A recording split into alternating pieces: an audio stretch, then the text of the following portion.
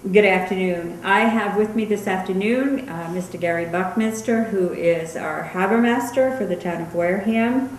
And we're here to talk about Article 18 on our town meeting warrant this year. We have several zoning and bylaw changes that are coming before us, and our hope is to try to get some of the information out to you ahead of time so that when we get to town meeting, you will have some understanding of what the article is about. Some of these are a little lengthy in language, and hopefully we can try to get the public the proper information that you need beforehand so that we're not spending an enormous amount of time on town meeting answering questions that we might be able to answer ahead of time. So I'm going to read the article, which is Article 18, which is an amendment to the Waterways Bylaw.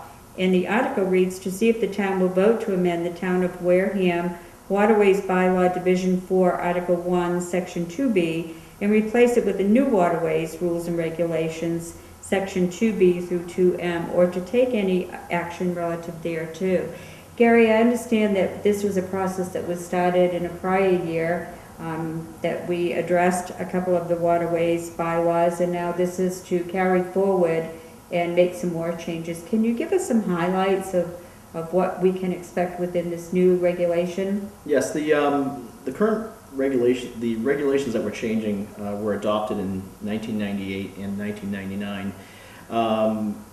We were able to, there were very good waterways regulations at the time, but we've had to come into getting the regulations built in to today's needs on the waterways and the growing need for space and management on the waterways. The regulations at the time were 14 years old. We felt that by breaking into sections it would cut down on not so lengthy articles. However, this one turned out to be very lengthy. So in 2012 we proposed Section 2 and 2A, which was passed, and this will be the final section which will amend the complete bylaw.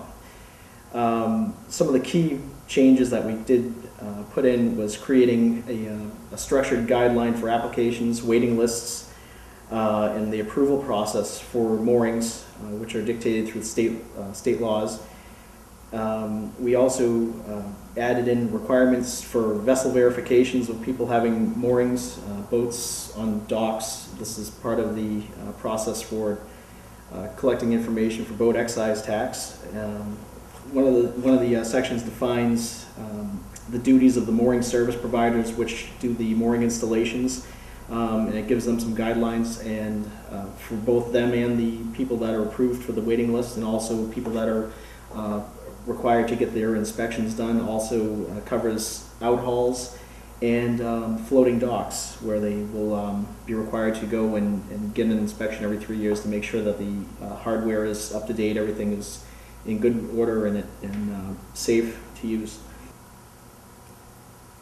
It gives guidelines to the marinas, yacht clubs, commercial mooring renters, and it does change some of the fee requirements for the commercial rental facilities, and it also they must the boat owners that are within the marinas do now have to turn in more information to us for also the boat excise tax information collection. Each marina is required to purchase the stickers from us for vessels that are both on the floating docks as well as on the moorings. There also, it gives them guidelines on their inspection process and updates that they have to make for their moorings to meet our requirements. We brought in a regulation for swim lines, which are determined to be a private aid to navigation as dictated by the U.S. Coast Guard, and we wanted the portion of the bylaw does give some structure as to consistency on buoys and marking the areas, so whoever is putting them out, they have to go through the process of the Coast Guard actually going and filing the application. One of the issues that we've been having a greater problem with is the cluttering on public beaches and public property with rowboats, dinghies, kayaks, sailboats. and we're going to be designating locations where people can store these boats in areas that we decide, and there will be a cap to the amount of boats that they're allowed to leave there, and then there's a waiting list that will go into place. This gets rid of a lot of the damage that's being caused by these boats sitting on the eelgrass, and as well as the marsh banks and the lawns that line the shoreline. It also gives guidelines for the floating docks. We're trying to expand dinghy docks, tender docks, because of the need for people to get out to their boats. One of the bigger changes is the update to the freshwater ponds. There's going to be a permitting process for any vessel that is left on the ponds. If there's a mooring involved, they do have to follow the same regulations with a permit, harbor service permit from us. They also have to, anything that's left on the dock, and kayaks, canoes, they're exempt as long as they're not on a mooring. Some of the monies that are generated through this will be able to be used towards different projects that we're looking at, same as we do on the saltwater. This can cover into the freshwater ponds and navigation aids, and trying to help identify areas and keep some of these public access sites up in good condition. We did bring a lot of the information from the original bylaw over that covered boat operation, negligent operation, enforcement regulations. So there was a lot of wording that was in the previous bylaw that's been carried over. So there's not too much change to that, because it was all it's brought right over from the Massachusetts general laws for boating safety. Pretty much that identifies a lot of what we have going on. There was one other area that was that we touched, that we've changed, and that's the trying to identify areas that are sensitive in shellfish habitat and eelgrass. We can actually not install moorings in these areas if we feel that this area has a good shellfish population. We don't want to disrupt that. Same with the eelgrass that has been coming back throughout the bay. So we can if a mooring does go in, they have to go with an environmentally friendly mooring system.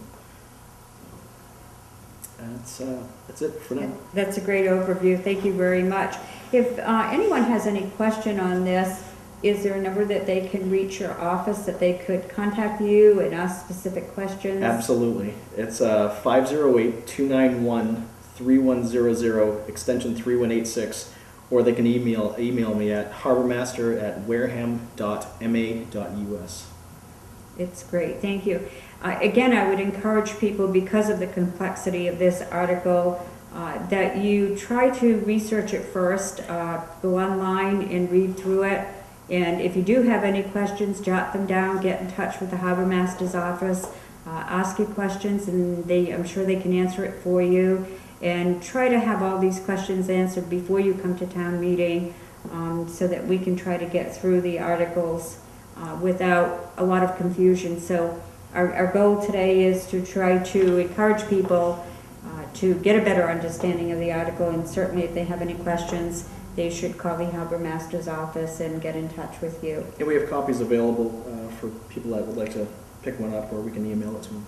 That's great, thank you. And it's online as well? It will be, yes. It will be. Thank you very much. Appreciate you being here and helping us walk through this article. I know it's This was quite a very lengthy. difficult one, unfortunately. Very lengthy. It's very lengthy, and most of our zoning articles and bylaw changes do tend to be quite lengthy, and anything we can do to help the process and help people understand it before town meeting, I think is a great idea. So again, thank you very much for coming here and sharing with us today. We have on our warrant for this town meeting also a couple of other articles that the Harbormaster has inserted, one of which is Article 4, and that's to transfer from the Waterways account to the Harbormaster's maintenance and improvement accounts. And the article reads, to see if the town will vote to transfer the sum of $38,000 from the Waterways account to the Harbormaster's maintenance and improvements account, or to take any other action relative thereto. Could you explain that article for us, Garry? Yes, the Waterways Improvement Account is an account that's set up through the collection of boat excise tax, and we're able to use it for improvements to the public access areas for the coastline, as well as for some some of the boaters.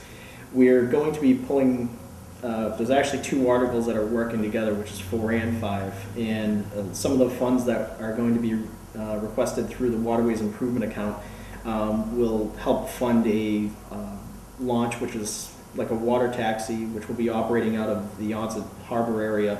This will service transient vessels, people that have moorings, people that are wishing to go to docks, to other docks. They can run to marinas. We can run to, we have some restaurants in town which have waterfront access, so we can actually pull in and transport people through.